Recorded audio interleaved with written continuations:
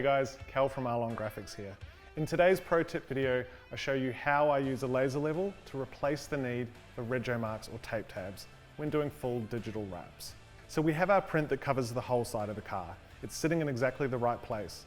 We've anchored it on with tape so that it doesn't move. We now have to take it back off to remove the liner, and then we can start wrapping. But how do we make sure we get it back in exactly the right position?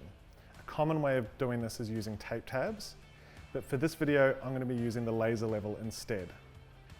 So set up your laser and set it to lock.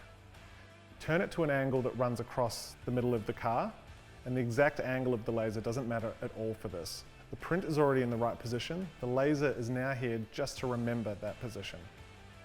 Make some marks along the lines of the laser with your pencil, and make sure to mark the vertical cross as well so that you have horizontal and vertical registration. And that's all you have to do. Now you're ready to take the print off, remove the liner, and when you place it back on the vehicle, you just line your marks back up with the laser lines, and you're in exactly the right place and ready to start applying.